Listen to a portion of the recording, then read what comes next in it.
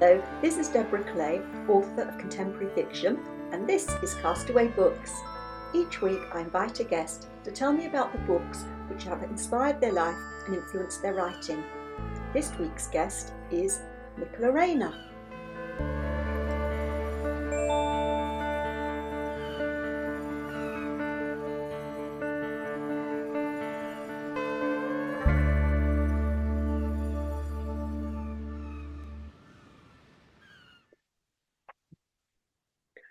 Hello, I am delighted to welcome this week's guest, Nicola Rayner. Nicola is a novelist and dance writer, and her debut, The Girl Before You, was picked by The Observer as the debut to look out for in 2019. And it was optioned for TV and translated into multiple languages, which is so exciting. The Paris Dancer is actually published today, and my copy should have jumped straight into my Kindle box because I did a pre-order because it's my kind of book. So welcome, Nicola. Woo! Thank you. Thank you so much for pre-ordering, and I'm really excited to be here on your island. Excellent. Well, I'm excited to talk about your book choices because every time I read the book choices and hear a little bit about the person, I'm just itching to interview and ask questions. So let's go straight in with your first book choice. Fantastic. Yes. My first choice was very, very easy to make. It was probably the easiest of all the books, and it was a book I think a lot of women would feel the same about. It's Rebecca by Daphne du Maurier, an incredibly famous and important, and for me, very, very influential novel that I read when I was first read when I was 13. Um, and yeah, it made an enormous, enormous impact on me. My mum had read it first and she'd recommended it to me.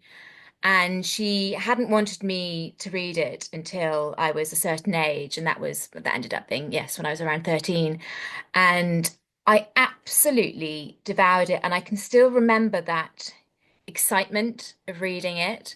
Um, now Rebecca, for people who I mean, I can't imagine there are many people who don't know, but it tells the story of a young woman who meets an older man in France and in Monte Carlo, and he's a widow and is said to be brokenhearted from the death of his wife, Rebecca, and she falls very deeply in love with him, but is absolutely sort of haunted by Rebecca and how beautiful she was, how successful she was, how intelligent she was.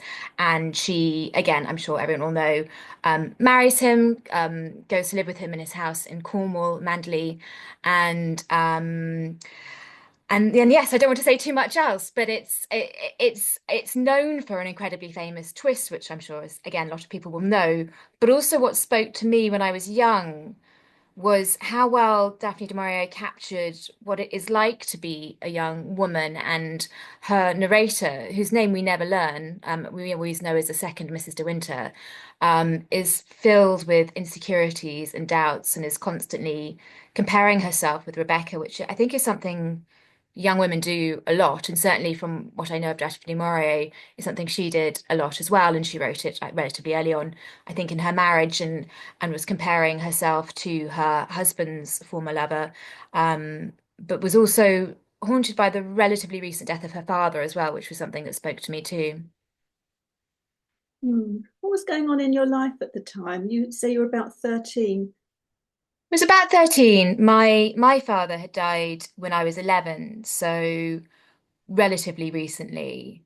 And I think for me, although it's an incredible book that speaks to almost everyone who reads it, I think for me there was that personal resonance because again the protagonist, the second Mrs. De Winter, she has recently lost her father, and without getting too sort of psychoanalytical about it, there's a sense that perhaps she might be looking for a father figure Mm. in her marriage to Max, and he's certainly a very dominant, as I say, older man. And I think this is again a pattern that Daphne du Maurier herself might have understood after the loss of her father, Gerald du Maurier, who was an enormous influence on her life. So I think there was something there. I probably might not have sort of voiced it at the time, but looking back, I think it's interesting that it was a book that came into my life when I was that age and made such an enormous impact on me. And to an extent, I mean, I haven't really absorbed the extent to which it had influenced me, because when it came to writing my first novel, The Girl Before You, as one of my friends said later, that's like a sort of elevator pitch for Rebecca. It's about a woman who is haunted by one of her husband's exes, and she thinks she sees this woman who is meant to have died years before on a train, and becomes really obsessed with not just whether or not she's alive and whether or not she actually saw this woman, but also about the relationship her husband might have had with this woman. So yes, I wrote a novel. My first novel is in a way a love letter to Rebecca, and obviously it's a different story, and it does follow different twists and turns. But sort of Rebecca is everywhere in the novel, Mm, much as the R is everywhere in the novel, repeated through. interesting. Do you think, so, you've mentioned this to me, and I do agree entirely with you. When you read books at different stages in your life, you pick out different things. So reading Yes, it absolutely. as a 13-year-old, you were identifying very much as Rebecca as a young woman, and then looking back, you would have a different perspective, wouldn't you? Just wondering how Yes, it changes. absolutely. I think that's so true. I think it spoke to me so viscerally when I was a teenager, and I couldn't believe the cruelty of it, really. And everyone will know again that there's a character, Amanda Lee, Mrs. Danvers, and she's a housekeeper. She's someone who knew Rebecca as a child, so her loyalty is very much with Rebecca. Um, and she's very much painted in the novel as a villain and as the person sort of threatening the second Mrs. De Winter. But when you read the novel again, I don't want to give too much away for people who haven't read it, but let's just say your sympathies change, Hmm. and the story isn't quite as you read it when you're young. And Mrs. Danvers isn't, in my view, quite the villain she's been Hmm. painted to be. She actually has some very good points in the way she feels, let's just say. So I think that's really interesting. And it's something that the recent film explored a little bit, I think, with Kristen Scott Thomas in that role. I don't think I would have liked to have seen an interpretation that went further, actually, but it did look at her as, if not a completely sympathetic character, you see the story a little bit more from her point of view. Mm. And I get really angry with the husband.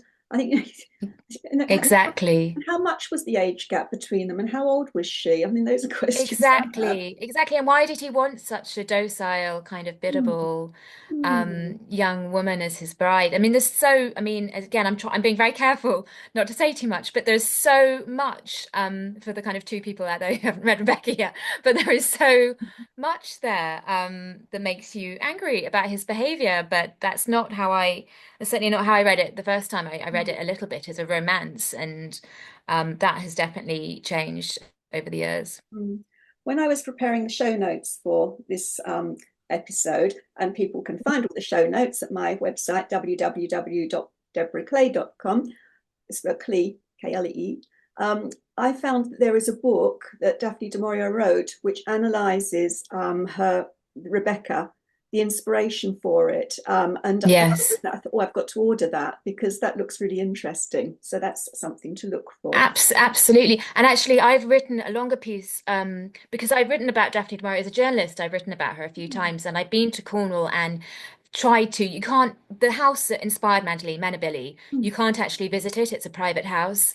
But I've got as close as you can, and I've seen the gates, the famous gates, which were the sort of scene of the opening of the novel, and I've visited Foy and some of the, certainly seen the house where Daphne du Maurier's family used to own. So there are lots of walks and lots of things you can do. But yes, I have been quite obsessed with Daphne du Maurier at various stages of my life, and I've written a piece on my website too, nicolaRayner.com, about Rebecca and about my personal relationship, with the book, and, with some more details about, yes, her relationship with her father, and the parallel in my life as well. Great. I'll send the link to that. We should include it in the show notes for people that want to Oh, read. brilliant. Thank you. So let's move on to your second book. Wuthering Heights is my second book, and actually there are probably parallels with Rebecca in that it's a book that changes, I think, every time you read it. And now it's a book I have read many, many, many times, and it has a particular significance for me because I so growing up I really loved animals and I really always wanted to be a vet. And I chose to do all the sciences for my A level. And I'd gone to school. I can't remember exactly when it was, but I think it might even have been at the beginning of sixth form. It was very, very late in the day, and I'd gone to school. Sure, I was going to do the three sciences, but I also really loved English, and I had this sort of the beginning of a sort of burning desire to be a writer, and I hadn't really spoken to anyone about it or done terribly much about it. But I remember going to school, being sure I was going to do sciences, and there was an English teacher called Mr. Carpenter, and he hadn't even taught me at that stage, so I don't know why it was or how it was, but I remember having a long conversation with him in the school corridor. And he somehow clearly recognized that I wasn't ready to give up English literature yet. And somehow, I mean, I'm not going to say he persuaded me because I don't think it was that so much as allowing me to persuade myself that I wasn't going to give up English. And I changed right at the last minute from sciences to the arts and ended up doing English and Latin and geography for A levels instead of the sciences. Obviously, never became a vet and have become a writer instead. And I that feels like an enormous turning point Mm. in my life. And I have no idea. I don't know. Maybe he was just looking for more converts for his English course. I have no idea. I don't know how it happened or why it happened, but it was a huge turning point. And during my A-level course, I studied Wuthering Heights. And of all the books I studied at A-level, it is definitely the one that has stayed with me the most. I I don't really have enough words to say how much I admire this book. I mean, again, it's a novel that you read when you're young and you think is a love story and it's full of passion and drama and all of those things. And you read it as an older person and you're like, oh my word, like it's sort of abuse and violence and obsessive behavior and just all sorts of, you read it in a completely, completely different way. I think it's quite an astonishing book. You can get something different every time you read it. The structure is just remarkable. It's sort of layers and layers and layers of narration with Lockwood and Nellie and different people coming in to tell the story. The timing of it, with down to sort of what the moon looked like at certain times, is absolutely exquisite. It's just an incredible book, and it's famously the only novel that Emily Bronte wrote. But I always think if you've just written Wuthering Heights, and why would you ever need to write another novel? It's one of my favourite books, and it has a special meaning for me. When I first I'd read it when I first met my husband, though it was his favourite film, the one with Laurence Olivier in it, the black and white Mm, one. yeah, I can't remember her surname, Oberon. I don't know, but we. Can you remember the name? I can't, and it's been a while since I black, since I watched black that and one. white film. And I remember watching it together. And so, yeah, like you, at the time, I thought it was just a romantic story and have different views on it now. But I still love it. And I could read it again and again and do actually. I love that one. It's an astonishing book, and I mean, it's so clever, and it also weirdly, I mean, as I get older, it's funny as well. There are a lot of jokes in Wuthering Heights. No one ever talks about those, by the way. No one ever talks about those, and I'm not obviously, it's not a book that's played for laughs. I think, yes, it's obviously not, but it's very sharp, very, very funny. Just and obviously a lot of other things as well. I think it's an incredible book, and it's actually a book. My second thriller, You and Me, which came out in 2020 during COVID, is it's written from the point of view of a woman, Fran, who works in a bookshop, who really loves books, who's always wanted to be an English teacher herself, and she's also obsessed with Wuthering Heights. And she also goes on a similar journey of initially thinking it's a story about love and coming to the conclusion, as I have come to, that it's not a story about love, it's a story about survival. And I think. I feel as soon as I understood that, it's about surviving in this wild, dangerous, isolated place, and the way everybody behaves is they're trying to survive, and it's this clash of kind of nature and culture, and so much. So yeah. So Fran kind of goes on the Mm. same journey, I think, as I have in And which understanding it's a book.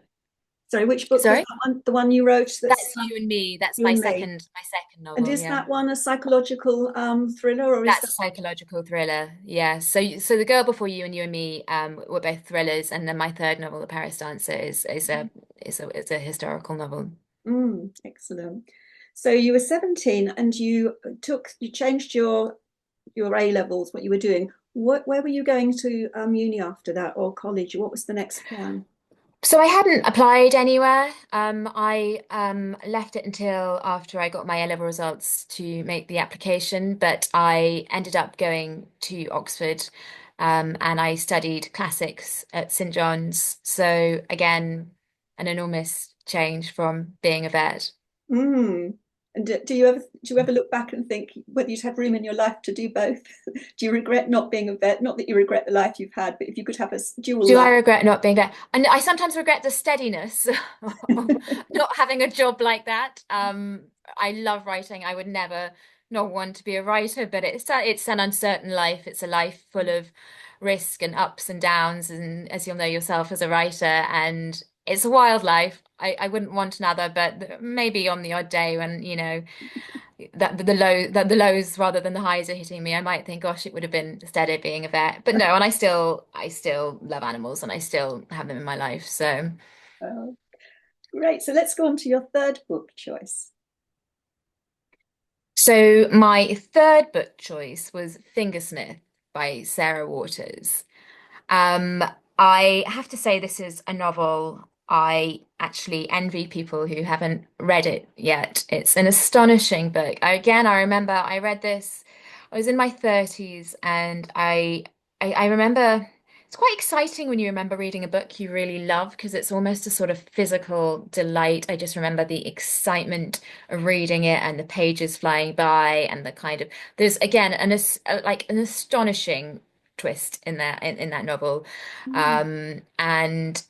But it's not just about twists, it's about um fabulous again character. It's set in Victoria, it starts in Victorian London, and the protagonist Sue is I don't want to say too much, but she's an orphan and she's brought up by a woman called Mrs. Saxby, and she's sort of sent by a kind of gentleman. He's called gentleman, but he's, let's just say, clearly no gentleman. It's sort of, I would say, like Oliver Twist is a good kind of comp, really. She's sort of sent on this mission to live with a lady called Maud. I don't want to say too much. Sort of a con mission, but it all. Yeah, I don't want to say. I was going to say I don't want to say where it ends, but it's not where you think it's going to end, and it's it's brilliant. It's just brilliant. It's vivid and funny and moving and sexy, and yeah, I adored it. I'm really excited because I can put it on my to be read list. I'll probably order it straight after after saying You've goodbye. got such a treat. You've got such a treat ahead of you. Um, And that's the and I joy. think it was influential partly because I was by my 30s. I hadn't written any novels yet, but I had become a journalist. So I was sort of part way on my way to being a writer. I was certainly writing shorter form pieces. I was editing a dance magazine. I had started writing novels in my spare time. I'd done a creative writing course, and started scribbling away at weekends, at lunchtimes, on the train, on my commute, that kind of thing. And I suppose there's something about when you read a book that really inspires you, that makes you want to do better and sort of excites you. And Fingersmith was one of those books, and it sort of showed what could be done. And I think Sarah Waters has been a huge, although I've only recently started writing historical fiction, she's been a huge influence on me because I think I'm someone who really loves plot. I'm not someone who, there are people who love literary novels without much plot and they can admire the beautiful language or the abstract thought. That's not me really. I need a really good story. I can admire beautiful writing and, beautifully crafted characters, but I really need something to happen. And Fingersmith something really happens, but while also being written exquisitely.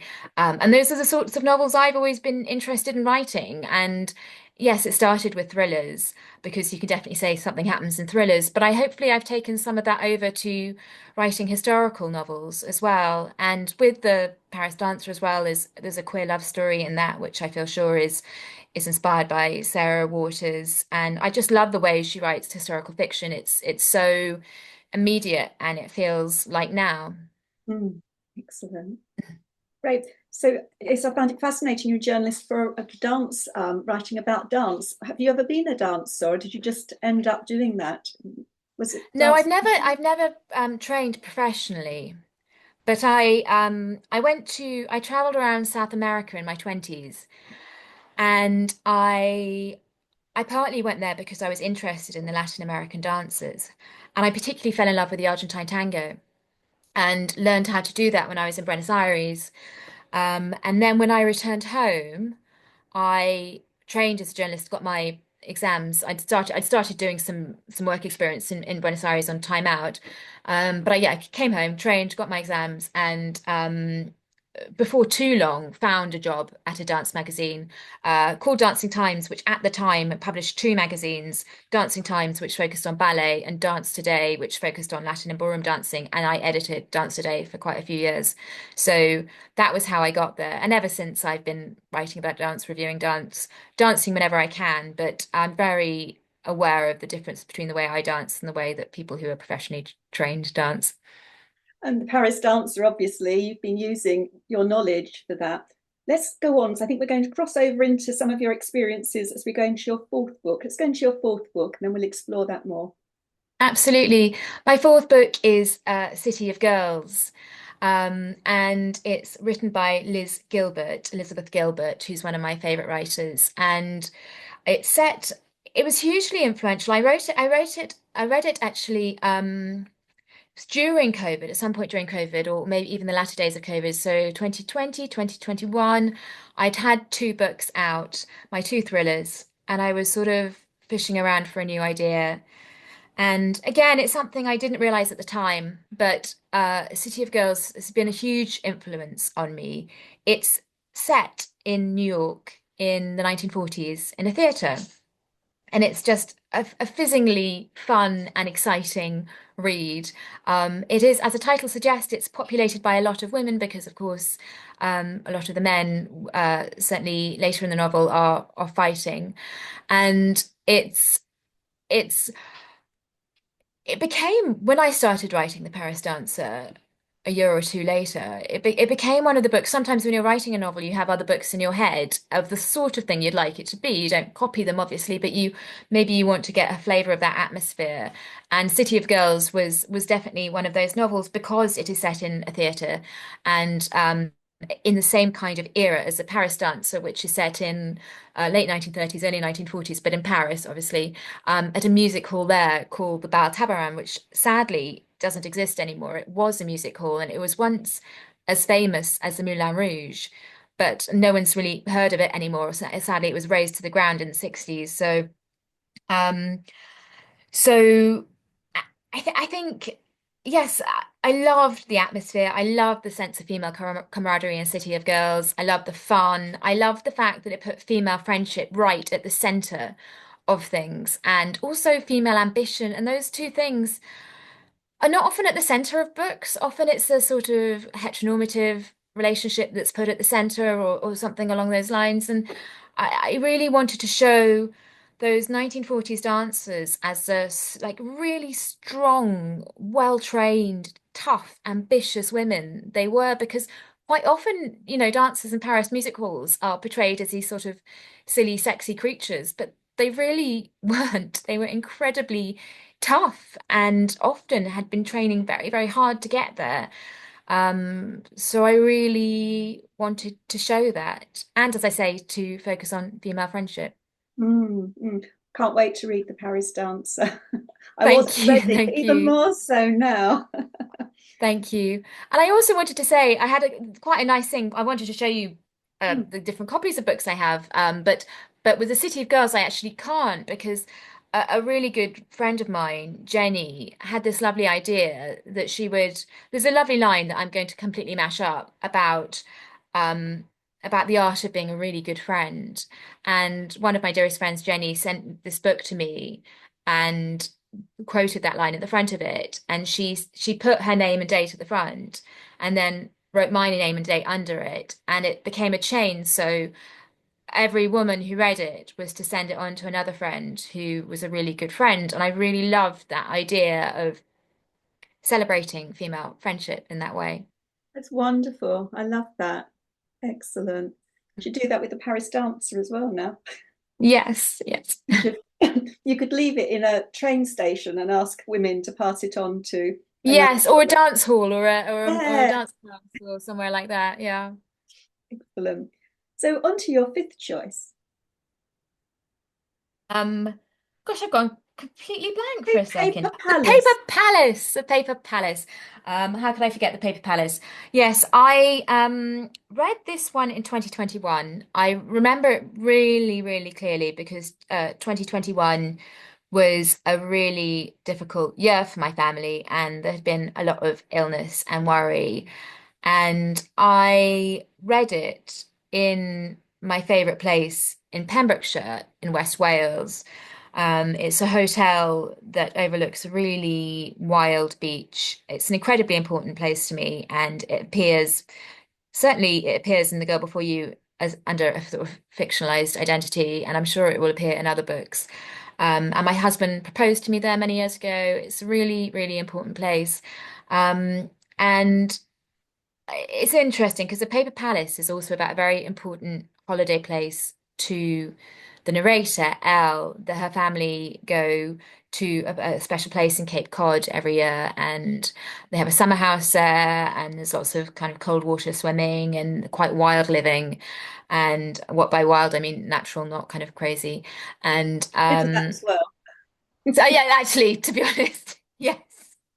Yes, it opens with the most kind of just, oh my God, stunningly kind of jaw-dropping, passionate kind of whoa. I just again, one of those books you read at the beginning, you're like, oh my God, I'm in. Like I am here, I'm clearing the calendar, I am reading this now. It's a stunning opening and it doesn't let up. It is passionate and moving and funny and sexy, and the characters are so memorable. And it is, it is a love story, but it's told in such an extraordinarily compelling way. Um, but I read it in this very wild place about this other wild place, and my dear Jack Russell, who was 16 and had been with me all the way through my adult life. I found her in my 20s at a difficult time, and I was in my early 40s by the time she got ill. And anyway, she got ill while we were there in West Wales, and she got ill very quickly, and it was clear we weren't going to have her for very much longer. My husband and I don't have children. She really was the center of our family. It was incredibly tough time. And I was reading this book that is so moving and so sad and so wonderful. And do you mind if I read the epigraph, actually? I would love you to. Yes, I was going to ask you to. Yeah. So this is the Paper Palace. I'm holding up the Paper Palace, which is just, oh, the cover of it is just beautiful. It's kind of like a rip of paper with someone swimming in the middle. It's just beautiful. I just fell in love with the look of it. Um, but this epigraph, during the time that Chota was ill, really kept ringing in my head. It's by Shelley. We look before and after and pine for what is not. Our sincerest laughter with some pain is fraught. Our sweetest songs are those that tell of saddest thought. And it just sort of captured, in a sense, how I felt about Chota because she was one of my sweetest songs, but I was losing her. And there's something about, as I say, sometimes a book finds you at the right time. And I think that sense of wildness and loss, and anyone who's lost someone, and I'm not just talking about my dog here, but anyone who's lost someone important will know that grief can be a real patchwork of sort of wild pain, but sort of sweetness and beauty as well. You can't separate one from the other. And I think that's what Shelley does so beautifully. And I think that's what Miranda Cowley Heller does so well in her novel as well. She's not separating one from another or saying we must only want one. She's sort of saying you get it all together. It is beautiful. I'm going to put that epilogue in the show notes so that people who've listened to it want to find it again can find it. Lovely, thank you. It's funny, it's you saying you read that in your favourite place. I too read it in my favourite place. Oh, did you? Well, Where's your favorite place? it's a place called Kelling Heath in Norfolk, which is like a Centre Parks without all the activity and much more forest and beautiful views and walks. And it's my favourite place because we used to take our daughter there as a family every year for, oh, I don't know, about 8 years until we started going abroad. And then my husband and I rediscovered it during COVID when we couldn't go abroad. And we've been going back since. And we travel all over the world. We have fabulous holidays. We're blessed, we're lucky. But the ones that I have the most precious memories of always are the ones that have been there. And I remember sitting there on the outside in the sunshine reading Paper Palace. So yeah. It's funny, isn't it? Sometimes there are just these places that really stay with us, and they're not always the most even glamorous places.